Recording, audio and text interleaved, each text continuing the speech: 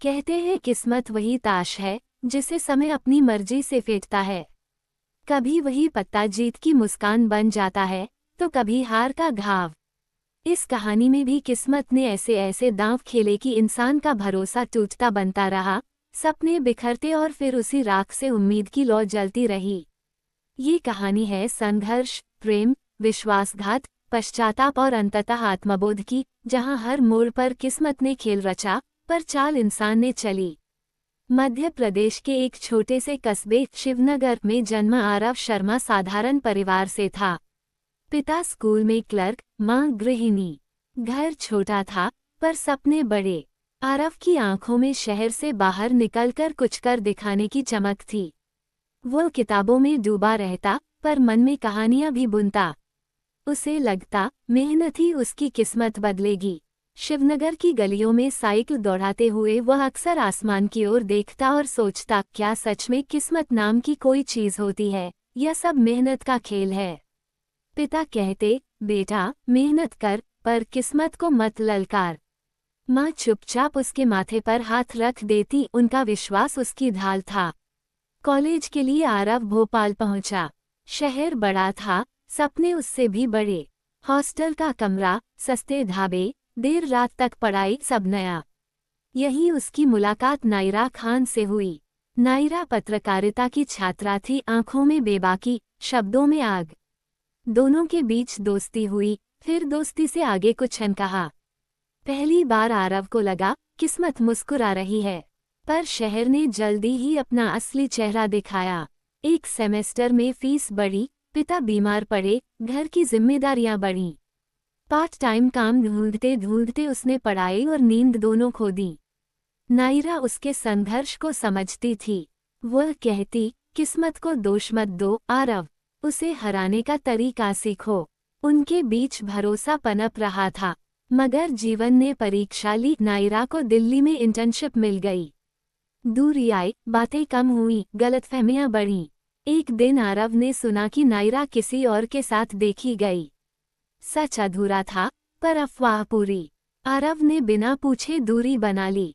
किस्मत ने चुपचाप खेल बदला और दोनों अलग अलग राहों पर चल पड़े। कॉलेज पूरा होते होते आरव पर कर्ज का बोझ चढ़ गया। नौकरी के इंटरव्यू में बार बार असफलता मिली। एक कंपनी में चयन हुआ भी तो छटनी में नाम कट गया।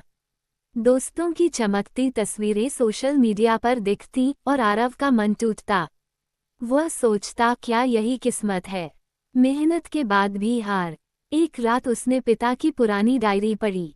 उसमें लिखा था, किस्मत बहाना है बेटा, हार मान लेना अपराध। ये शब्द उसके भीतर गूंजते रहे। आरव ने लेखन शुरू किया, पहले ब्लॉग, फिर छोटे वीडियो स्क्रिप्ट। लोगों को उसके शब्द छूने लगे। धीरे धीरे पहचान बनी। एक डिजिटल मीडिया स्टार्टअप ने उसे कंटेंट राइटर के रूप में रखा। तनख्वाह कम थी पर आत्मसम्मान लौट आया। यही उसकी फिर मुलाकात नायरा से हुई एक प्रेस मीट में। दोनों चुप रहे पर आंखें बहुत कुछ कह गईं। नायरा ने सच बताया, वह रिश्ता सिर्फ पेशेवर था। आरव को पश्चाताप हुआ, किस्मत ने उन्हें फिर आमने सामने खड़ा किया था। स्टार्टअप में आरव की मेहनत रंग लाई। उसने एक बड़ी स्टोरी पर काम किया जो वायरल हुई, लेकिन क्रेडिट किसी और ने ले लिया। मैनेजमेंट ने चुप्पी साध ली। आरव को लगा फिर वही खेल। उसने नौकरी छोड़ दी। नायरा ने समझाया, हर हार अंत नहीं होती। दोनों ने मिलकर स्वतंत्र प्लेटफॉर्म शुरू करने का फैसला किया, कलम और किस्मत। जोखिम बड़ा था पर भरोसा उससे भी बड़ा। शुरुआत में सब ठीक चला, फिर विज्ञापन रुके, पैसे खत्म हुए। एक रात आरव ने हार मानने का सोचा। उसी रात माँ का फोन आया, बेटा भगवान देर करता है, अंधेर नहीं। आरव ने आखिरी कोशिश की, एक सच्ची रिपोर्ट जो सिस्टम की खामियां उजागर करती थी। नायरा ने अपनी जान जोखिम में डालकर फील्ड रिपोर्टिंग की। रिपोर्ट ने देश भर में हलचल मचा दी। प्लेटफॉर्म को पहचान मिली, समर्थन आया। वही लोग जो किस्मत को कोसते थे अब उसे उदाहरण मानने लगे। आरव ने सीखा, किस्मत खेल रचती है पर जीत वही पाता है जो मैदान नहीं छोड़ता। आरव और नायरा ने अपने रिश्ते को नाम दिया, धीरे, समझदारी से। उन्होंने अतीत को माफ किया, भविष्य को अपनाया। पिता की सेहत सुधरी, घर में फिर रौनक लौटी। एक मंच पर आरव ने कहा, किस्मत कोई जादू नहीं, वह परीक्षा है। जो टिक गया वही पास हुआ। तालियां गूंजीं। कहानी यहीं खत्म नहीं होती, क्योंकि किस्मत का खेल चलता रहता है। पर अब आरव डरता नहीं था। उसने खेल समझ लिया था। किस्मत वही आईना है जिसमें इंसान अपना हौसला देखता है।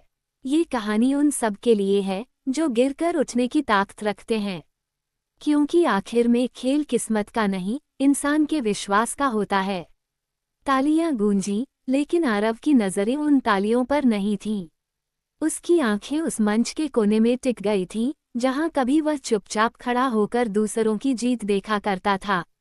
आज वही जगह उसे आईना लग रही थी, उस आरव का आईना जो कभी हार से डरकर पीछे हट गया था।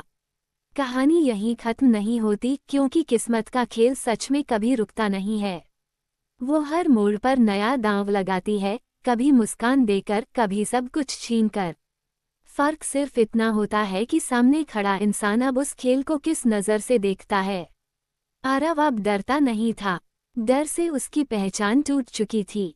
उसने समझ लिया था कि किस्मत कोई जादुई शक्ति नहीं, बल्कि एक परीक्षा है जो हर बार इंसान के भीतर के हौसले को परखती है। कुछ साल पहले की बात थी। आरव बिल्कुल साधारण था, न बहुत तेज, न बहुत खास। सपने जरूर बड़े थे, लेकिन हालात उनसे कहीं ज्यादा बड़े। एक के बाद एक असफलताएं उसकी राह में ऐसे बिखरी थी जैसे जानबूझकर उसे रोकने के लिए रखी गई हों। नौकरी छूटी, भरोसेमंद लोग दूर हुए, और अपने ही सवालों ने उसे घेर लिया। क्या मैं काबिल हूँ? क्या मेरे सपनों की कोई कीमत है? कई रातें उसने खुद से लड़ते हुए गुजारी। कभी तकिए में चेहरा छुपाकर रोया, तो कभी छत को घूरते हुए खुद को समझाया। सबसे मुश्किल लड़ाई बाहर की नहीं थी, अंदर की थी, जहां हार मान लेना सबसे आसान रास्ता लगता था। एक दिन, जब सब कुछ बेकार लग रहा था, उसने एक बूढ़े व्यक्ति को देखा। वह रोज उसी पार्क की बेंच पर बैठा रहता, हाथ में पुरानी सी डायरी लिए।